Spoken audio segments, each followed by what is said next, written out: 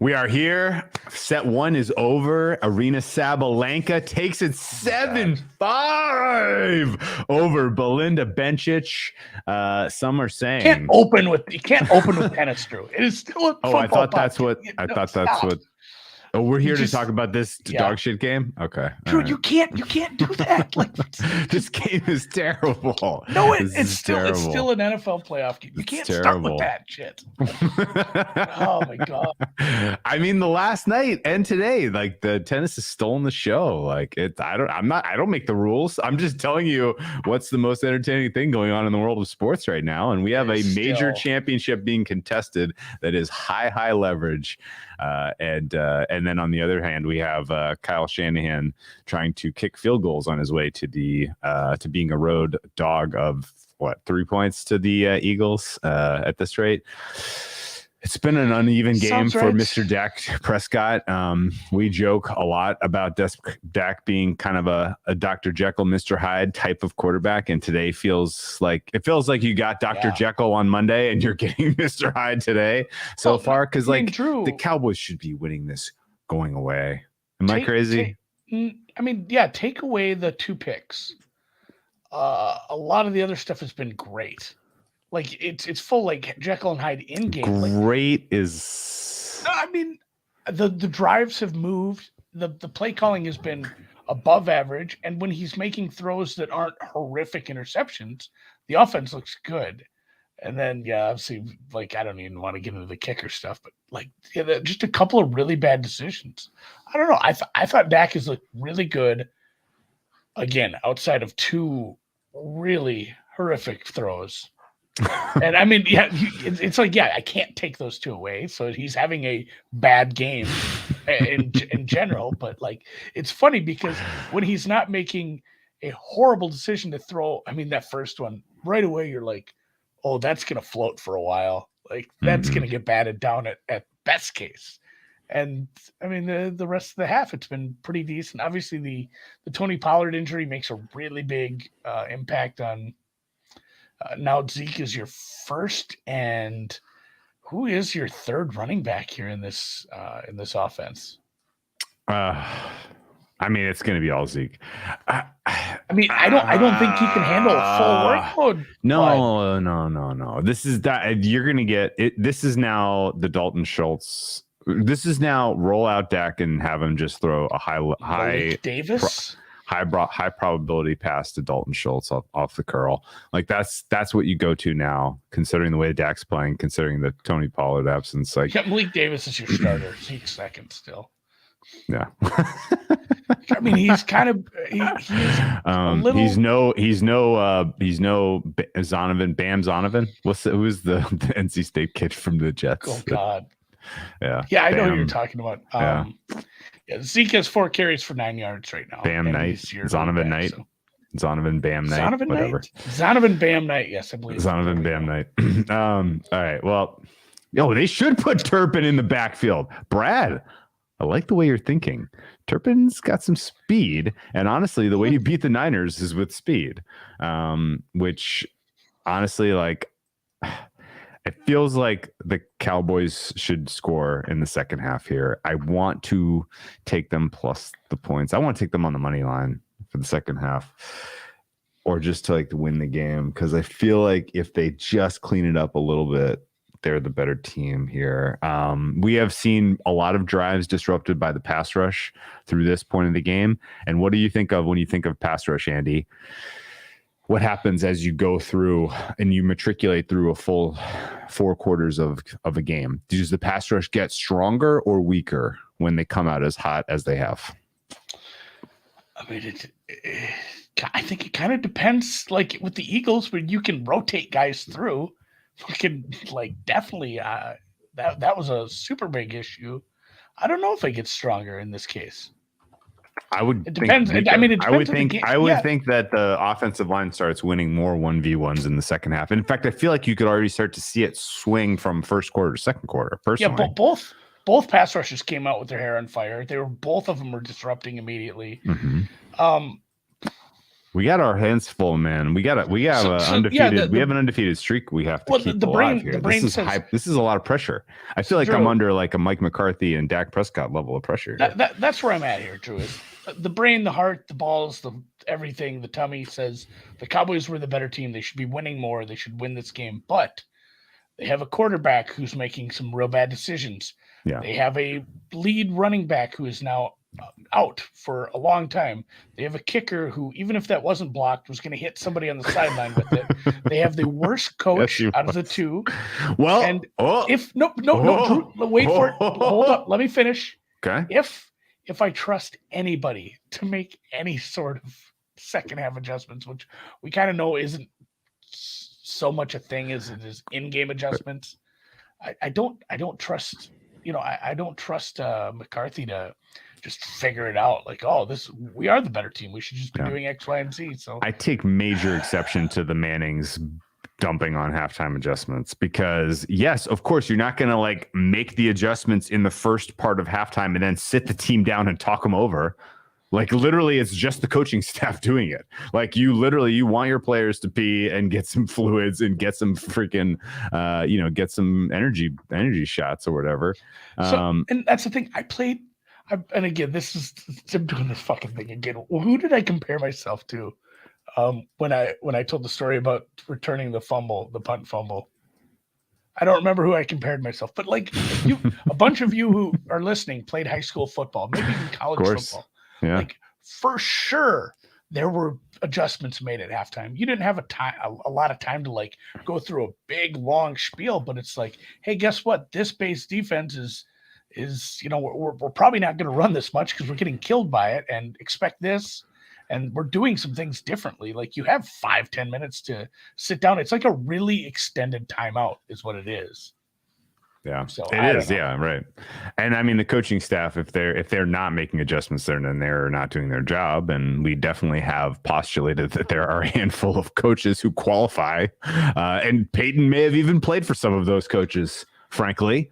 Not exactly sure that maybe we shouldn't have been surprised, Andy, that Peyton was like, I mean, the coaches that he played for in Indianapolis in particular may not have been, using halftime to really craft, game specific adjustments. That shouldn't shock anyone. I think I want an over here. I think I want a Cowboys and an over second half, some sort of exposure to that. What is your read? What's your you kind of pick the direction we should go here. I can get down with your over. There was only about 300 yards of total offense combined between these two teams, and we saw a red zone interception. Mm-hmm. We saw a interception deep in their own territory that wasn't. You did not get 7 points out of it, only the 3. I can two get down really with good over. Fourth down plays for the Cowboys, by the way. I don't have a strong take. Like honestly, the bet for me here is no bet, but like we'll just ride an over. Okay. The over is literally predicated on the offensive line start to win their 1v1s, and you start to see the chunk plays that we haven't seen so far. That's really all that we're counting on here. I think that realistically, the Cowboys can tack into the easy stuff.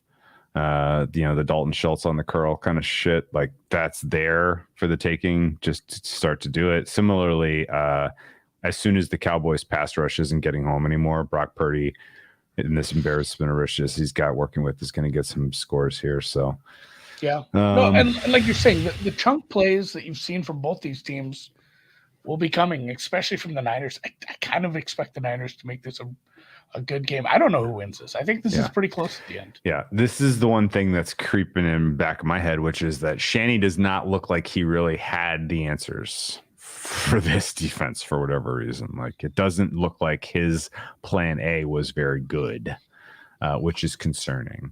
And the conservative nature by which he is always operating under and is very much flexing tonight is potentially going to keep points off the board for San Francisco, which is why I was kind of leaning Dallas as well. So I don't know. I think Dallas is going to score here. I don't think Dak's going to throw 2 more picks, but I don't know. I mean, he's not playing well in the high leverage moments, so I don't know what to tell you. At what point will Purdy be penalized for turning his back to the defense? I don't know ever because I don't know, man. Man, I hate to sound like Mel Kiper here, but he's sneaky fast. Like he is kind of quick when he's scampering around, and he always seems to turn around just quick enough. And then, yeah, there we go. All of a sudden, he's throwing it. So, more importantly, Sabalenka is playing well. I care about the result of that tennis match 50 to 100 times more than I give a shit about this football game. So apologies. That's where my head is at. Yeah, and I guess Canadian capper guy isn't going to come give us a prop today. Oh, he's on the beach spending his winnings. Didn't his guy get home last night? Richie James got 1 million yards and targets. Richie James got like 3 targets on the first drive. That was a great look. I'm waiting for my Bruce Boudreaux money to come through. Guys, if you guys in the chat have like strong, read on this game and on this second half market, by all means tell us, because it's been a weird one. I think I get why there was steam to the under now. The pass rush. Like the question was like, which of these pass rushes was going to get home and really disrupt the game more, and both have to this point. I mean, there's been a lot of pressures. No sacks for the Niners, but they've been present as far as I can tell you. So that has mattered. How many sacks for the Cowboys? Boys have 2. I think. Goddamn. Dak's killing us. Jesus Christ. All right. Yeah, well, I mean, two turnovers to none. One of them, I mean, both of them being in kind of it's one of those things. Like if you look at the actual a model you trust, don't take like ESPN's win probability. Look at somebody who actually does this and tries and has some pride in their work. But so there are 3 or 4 people that have decent win probability. Yeah, Lee Sharp. Lee's is very good. That's a good no relation to Warren Sharp. Lee Sharp. No, also very Lee good, Sharp. Sharp is actually his last name. Yeah, and as an E, Lee Sharp. I like his win probability model a lot. Yeah, but going back to that is like these interceptions. Looking at the win probability swing of both of them, like they both were pretty big ones, and they were in the first half, so you're not going to see it because of the time decay. But these arm punts on third down. It's kind of like, did you hear Burrow's interview where he talked about that? It might have been an older interview, but he talks about all the sacks he takes. And he's like, go look at some of those sacks, guys. He says, a lot of those are on third down. He's like, he's like, obviously, if we're right in field goal range, I'm not going to sit and take a sack just to take a sack and take points off the board. But he's like, if it's third down and, long and I need it, I'm going to hold that ball a little longer and I might take a sack because you're punting either way. And I get, not every sack is the same. Not every pick is the same. So yeah, Baldwin's a good one too. The conspiracy, it's been conspiracy theory weekend on Twitter, guys. Oh, I've not spent much time on Twitter. It's been a rough one. The first game, you have some reflections, instant reactions to your Buffalo Bills going down in flames. Yeah, that was a less than stellar game plan from that offense, but I mean the Bengals just played elite ball. I mean, you got a lot out of Mixon. You got a lot out of the run game. They were winning 1v1s at the offensive line. They were creating lanes for Mixon. Like if you ever get 100-yard game out of Mixon, you've won, I guess. Like that means everything's working because that's never your first goal. It's like, hey, let's get the run game going with all these wide receivers. I mean, even to the point of like you had Wilcox and Irwin got multiple targets when you have Chase, Hurst, Higgins, Boyd, even Mixon. There's a lot of guys that got multiple targets today, and I mean, just everything seemed to be working. That Chase. I will say that Chase touchdown, that was not a touchdown. And I don't agree with No, that was a good correct like reversal.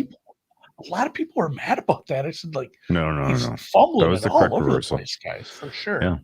Do you not remember Dak Prescott? I mean, what's Dez Bryant? Yeah. Dez Bryant had much more control. than than Chase did. Yeah, it's going weird to the ground. too. It's weird too when the out of bound line comes into play, and if you didn't have a knee down yet, or if you weren't tackled, like there's so many goofy things going on. But no, that for sure wasn't a touchdown. But they still, I mean, they looked really good.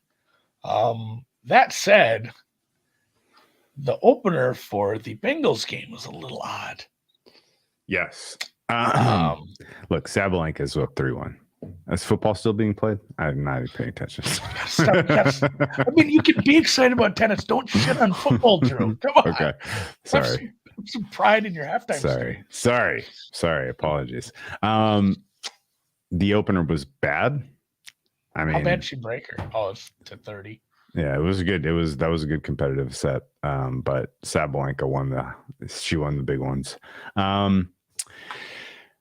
How much are they really taking on this market?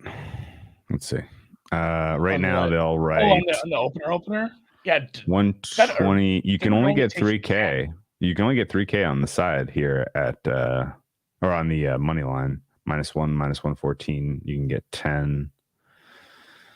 47.5 to the over. You can get 3. So this is still somewhat soft. So on the spread at Chris, they were taking 10 earlier. Penny's taking 22. Oh, interesting. So some money, not huge money, but enough where you're probably going to get some people nibbling at it. So I'm surprised that it was this big of an adjustment. What did you think? I have a question too, as I yelled at Drew for veering from football. Is that on tonight? Yeah, Sundays, man. Is it Sundays? Sundays. That's the prime time. I mean, that is currently the premier television. Yeah, that's always where Game of Thrones for HBO. Yeah. Okay. Sunday night TV is that's the optimal window. Yeah, you have the football lead in for sure. Yeah, I think the case is like prisoner of the moment. Hey, the Bengals really put one on today and they were great. But at the same time, like 60% Mahomes looked pretty good. And they're going to shoot him up with like rhino tranks in that ankle and he's going to be just fine. Dude, do you know where to get those? I know a guy. I can get you some horn. Rhino tranks? I don't want horn. I need the horn. I want rhino tranks. I want some rhino tranks. If you know where to get me some rhino tranks, anyone watching knows where to get rhino tranks. Hit the DMs. Just curious, just in case I ever need one, because I do like to go running in some exotic places, and you never know. You run into a rhino, you need rhino tranks. Is it any? Do you have any concern in your heart? And we've been bad at guessing at this. You have any concern in your heart that Mahomes just doesn't play? 0.0. It really doesn't feel like he's going to miss. So much of this year's and the current temperature of the way the NFL. True or false? Mahomes did not belong in the game yesterday. Oh man, he should not have been out there. Before they taped his ankle up, boy, he looked rough. Like I felt bad. Like he also probably shouldn't have been out there. At the same time, like, why aren't you blitzing? Or at least of course. It was very confused. That was all very confusing. I didn't think he deserved to be out. It's the playoffs. You're one game away from the Super Bowl. You only get so many chances at a Super Bowl. But like, if you perma-fuck Mahomes, like, you have done your franchise a decade of disservice, because like he's hosted the AFC Championship game like every fucking year he's been a starter. It's absolutely crazy. It's crazy. And yes, the idea that you put him in sort of harm's way and in the short term or the long term is wild to me. That said, we live now in an era where quarterbacks call their own numbers. I think if the Bills had been a little bit more conservative with Josh Allen when he had the elbow, I don't know that he dissolves the way he did down the stretch in terms of his play. I do think that a lot of the changes he made to his game to protect himself physically as he played through an elbow injury ultimately lowered his ceiling about what he was able to do as a quarterback. He was nowhere close to the dynamic runner you saw in the first couple months of the season down the stretch. He just wasn't anywhere close. And I think a lot of that is mismanagement of your most important asset as a franchise. And So, they let Josh Allen call his number. Chargers let Herbert call his own number. That was a fucking disaster too.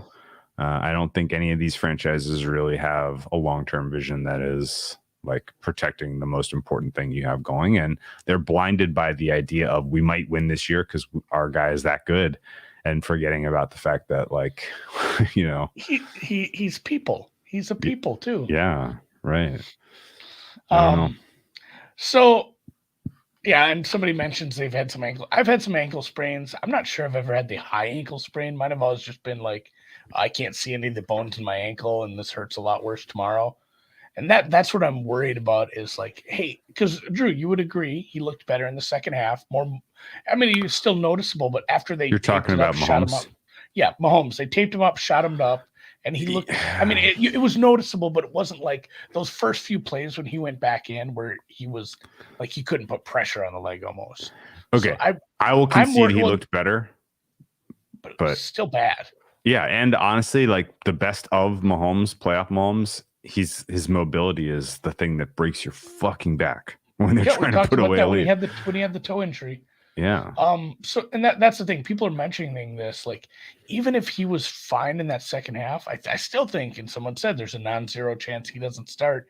Dude, when I've sprained my ankle, the worst of it was like the next few days, because that thing just swells up like a mother, and it's tight, and it hurts even worse the next day than it did the day. Sure. And granted, he's probably I had a small town doctor. It was just like some kid in school's dad that sure. I'm sure the Chiefs have a better no offense, Dr. Harder, but maybe yeah. Like I'm sure they have access to some better medicine and better regenerative. I would cheat at this point, honestly. I'd be calling Eli Manning's wife. Yeah, you know what I would not be doing is giving the ball to Zeke Elliott on 2nd and goal. They've done about 7 too many Zeke plays. Are they trying to kill the clock? Like, is that part of the calculus here? No, this is a field goal. That's what this is. Oh no. That was awful. I can't believe this is a field goal. Both turnover gifts have been turned into field goals, which is rough. Yeah, just bad. Yeah. But to be fair, are you in field goal range? We didn't even get to that. That's funny. That actually probably should have been a pick. If I'm watching the replay, that probably should have been a pick. 25-yard, good as gold. Good as gold. Take a look at me now. Against all odds, Brett Maher. We did it. That felt good. If you missed that. What did you think of the level of confidence in that kick? That spell, I'm going to make the extra point next time if you need me to. I don't know if it was enough. So that was 8 yards shorter than an extra point. It was. Oh, I don't know if he'd have missed that, I'd have been pretty mad at him. Honestly. It was a really good kick. It didn't look troubling at all, really. So that's the thing too. Like his 5th extra point was pretty good last. That's a good point. Lindsay, I mean, you just got to see it go through the uprights. Once you see it, then it cools your blood. Matthew, how many points can we get in overtime again? We might be. So here's the math. The maximum number of points you can get in overtime. I almost went and looked at this because they've said the whole point of changing it is so both teams can get the ball. So I don't think getting a touchdown and a 2-point conversion ends the game. Just because you got the other team could still match you, so you'd be at 16. Right. And then the first person to score from there, if they got a touchdown, would take you to 22. 22. And there we are. Yeah. Yes. 8-8-6 is the best you can do in overtime. So that's 22 points, which is enough to get our second half over home if this stays 9-9. Yeah, at that point, are we rooting for it to be 9-9? We're home free. Oh my God. I do. So no, DeLuca there, they changed it, and it is only for the playoffs at this point. This is regular season touchdown. It is over. You're correct. In the playoffs, They will not let you just win with the touchdown. Both teams will get both. Dan asked before. Yes. Wimbledon Okay, price 10 to 1-ish. Dan got involved in some sort of parlay between Iga French and Rabakina, who we affectionately call Robotkina because she is very icy cold, no emotion, just I'm out here to do my job, and I do my job. And she is, of course, the villain of last year's Wimbledon as she took down the amazing Ons Jabeur in 3 sets in the Wimbledon final. No one wanted that to happen. We were all very upset about that. And Dan, for whatever reason, is going back to the well, expecting her to go double up on her Wimbledon titles. Do not love it. Your first leg, Iga French Open, it's already home, as far as I can tell you. She will win. She will win that tournament. It is. I'm assuming you got something like what, minus 225 or something like that. It was like even money. No, it was. Oh well, it you should can be have minus her. 225. You can have her at even money now. Usually, it's. It should be a big. She should be a meaningful It gets favorite. steamed up as we get closer. Yeah, because she's going to win a bunch of the run-up clay events, and she will. She will ultimately take that home. Where you will capture some value by doing the Iga Robot parlay is if Robot wins the Aussie, then that number is going to immolate. It will absolutely collapse like set yourself on fire. I guess the better description then is like, how you go from a red giant to a white dwarf when the star collapses on itself. Sure. That's more like what you're going to see with the Robotkina price for Wimbledon if she wins the Aussie Open. Whereas Iga is more in quasar mode.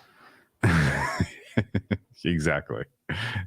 And then betting on anyone else's black hole money. Iga is in quasar mode, which is Iga's in pulsar mode, Andy. Pulsar. Every other slam, Iga's going to win. French Open, U.S. Open. French Open, U.S. Open. I don't know that we're ever going to see her take an Aussie or a Wimby just because of the way the conditions are. And Sabalenka is playing with my heart here. What are we doing? So there was a group of really small towns near me that was the Heron Lake, Okabena, Lakefield Silver Bullets. And I mean, that's a cool enough nickname as far as high school teams go. The Silver Bullets. Sick one. That's a sick nickname. So they had the sickest nickname in the area. And they joined in with another school, and I can't remember which one. Maybe it was Round Lake and Brewster. And they became the Southwest Star Concept Quasars, which is, I mean, as cool as we made Star life cycle sound, it does not make for a good helmet logo. Like somebody draw a quasar for me and send it to me on Twitter. And not only this was in like the 90s. This wasn't like a few years ago. It was a really odd move. I don't know. I haven't thought about that in a long time. I had some cousins that were quasars.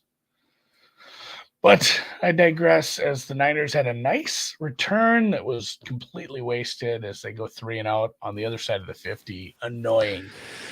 We should have gone with the Cowboys. Fuck. I'm not so sure. Left. They looked like shit too. They just basically got a fumble luck. Yeah, I know, but both teams have kind of looked. We just need a bunch of overtime points. What we need, baby. Well, I mean, if there's anything about these offenses that we've learned so far, it's that we should be highly confident in them scoring touchdowns with impunity in an extra period, right? Yeah. A lot of reasons to be confident about that. I think so, Drew. But the thing about this is, it's not regular season overtime where it can end in a tie. They just give them as much time as it takes. Somebody's scoring. The most dangerous lead in tennis. 5-2, 1-0, 5-2. Kevin asked a question. Have I seen the Netflix doc on tennis? Breakpoint. I have not, and the reason is very straightforward. I have been betting too many sports in the month of January. It has been a little bit of a fire hose of handicapping between NFL playoffs, NBA, and tennis all going on concurrently. So I have not had a ton of time to do other things. And for those reasons, I will be saving it for the month of February when we don't have NFL playoffs and when they are playing terrible, unbettable warm-up events before Indian Wells. Literally the next time I'm going to get heavily involved in tennis betting is going to be Indian Wells in March. So I will use February to catch up on Breakpoint. Although I have enjoyed the memes of the Breakpoint curse. They're all out. I mean, the Breakpoint curse has been a delight. I love when that shit happens. Yeah, I have a list of ones I got to catch up on. You remember that it wasn't as recent. I got to watch The Last Dance yet. The Last Dance, which is that one? It was like a Michael Jordan Bulls thing that Bulls, happened. yeah. I just kind of followed along on Twitter. I'm going to watch that one. I'm going to watch the F1 one. That's the one with the one where he's looking at his computer and he's like, I took that. I know all the memes. Yeah. Like I've seen the clips. I'm fine. Mm. I mean, why would I watch The Last Dance, Dan? I lived it. I lived it too. Yeah, I remember all that. I watched very all those well. games. Very well. I remember really thinking like the NBA as a kid. Did you? Yeah, I mean, what happened? The Timberwolves kind of started to suck for a while, and we grew apart. But like in the early '90s, it was like, hey, we just got a team, and we have Pooh Richardson, and we have J.R. Ryder, baby. We got Christian Laettner. No, Dan, I've actually never seen it. What's the golf documentary that's in the mix of the? It's like of the Breakpoint. Like Sand Trap or something, dirty high divots, high fade cut draw. Cut draw. Making what the cut. What was I watching during COVID? I was watching a shitload of UFC. But anyway, I was watching a lot of. You remember when they were simming game? Yeah, full swing. I got very into that. Then back to the Timberwolves. Then the late '90s, they actually kind of got good. We got KG, we got Starberry, we got Googs, and you know what the most important part of the late '90s Timberwolves was? Do you remember Tom Gugliotta? Of course. Yeah, So famous. Wasn't he a Washington Bullet? Probably. He bounced around a little, but I had his jersey. We did watch the marble racing. So the most important thing about that late '90s, early 2000 Timberwolves is their daily announcer was Kevin Harlan. We had Kevin Harlan for every Timberwolves game. Wow. Like he was great because I mean you've heard him do Burger King ads. Imagine him with peak Kevin Garnett. Impossibly good. He used to just scream shit. So good. I feel you, young fella. I feel you. Ooh, I love it. When Gugliotta used to make a big shot, he'd yell shit. Dak went up top. CeeDee Lamb got incredibly interfered with. He catches the ball. We have ourselves a Cowboys drive. If they call us back for holding, then the refs have been very inclined to ref to the under tonight for whatever reason. That was bad defending, and Lamb got it anyway because he's a pro's pro. Starberry's were the bad shoes. Starberry's, those were bad. It was a horrible throw, Dan. You're absolutely right. Just an embarrassment of a throw. It was a Flacco throw. You're supposed to get Flacco throw. That was a throw that looked maybe like it was designed to get a pass interference penalty. If he throws that on the nails, CD's taking that for a 99-yard touchdown or whatever it would have been. Yeah, awful. The two best plays for the Cowboys have been a fumble on a punt return and a horribly underthrown ball. Dak is still Mr. Hyde, for one I can tell you. Hopefully, that was a Tua throw. That was like the Tua hype videos that we saw in the summer of him underthrowing Tyreek Hill, being like, this connection, my God, this chemistry, it's amazing. I love the Tyreek stuff where he's like he's just as good, probably throws it harder and farther than Mahomes. Arena Sabalenka is a quarterfinalist in the fourth quarter. She will take on the winner of Donna Vekic, Linda Fruhvirtova. Who you got in that match, Andy? No action, just because I have Fruhvirtova quarter. So you're just riding it for one more week, one more game, one more I have week. a big old pile of money on Sabalenka, and if she doesn't win, then I'm going to be a loser for the Australian Open. Even though my match-by-match betting has gone well, it is not going to matter if Sabalenka does not at least get to the finals. Yeah, she's just not a 2-week kind of player. I think Vekic waxes her. I'm just being mean now. That's not very nice. She's made a couple Sabalenka. semifinals. Cheers. She was nervous early. Look, this was a big match for Sabalenka because either she was going to come out and be like, "Oh shit, Iga's gone, Coco's gone. I'm the favorite now. I am going to choke here, right here on this court." Which she tried early, like her. Yeah, she was so tight early, and it was a tough hang. But she cooled off. She cooled down, and obviously, like Bencic really cooled off. Like Bencic was playing out of her mind in the first 6-7 games, and she got a lot worse. So that helped. But good job, Sabalenka. That was huge, man. I needed that one. Well, I don't think we're getting our points on this drive. Oh no. No. Dak not helping. No, I mean it was 2nd and 10 is not a recipe to run 4th and 5. Are they really not going to go for it? I think I would here. You're surprised about the distribution. I know they're using a lot of Zeke. They're going to lose this game because they decided to use Zeke. They took the delay game. Good for them. Oh no! All right, it's funny right, too. Like, this. Good Lord. One final thought. Mike McCarthy, fuck you. I cannot believe that you take the delay a game here and punt. Fuck this. This is absolutely embarrassing. No, neither of these coaches or teams deserves to win in advance. Fucking end this. When he went what are we doing here? When he went for it on 4th earlier, Drew, it was funny because of the 3 decisions you can make there. It's funny that McCarthy punting wasn't the funniest outcome. Like definitely kicking the field goal would have been funnier. But yeah, God. this is the oh my god. Oh my god. What I'm saying. Embarrassing. Coach. End this. Fucking miserable. Just a miserable excuse for a coach. God damn it. Eagles into the Super Bowl then? Yes. Just so we can clip this later. Probably with extreme prejudice. With extreme prejudice, Andy. I think the Eagles are clearly the best team in the NFC, and we should have known that months ago and made a bet on that of some sort. I'm sad I only got small stakes on like most wins, but they're gonna win the NFC. Sabalenka. Some places canceled that shit. Who?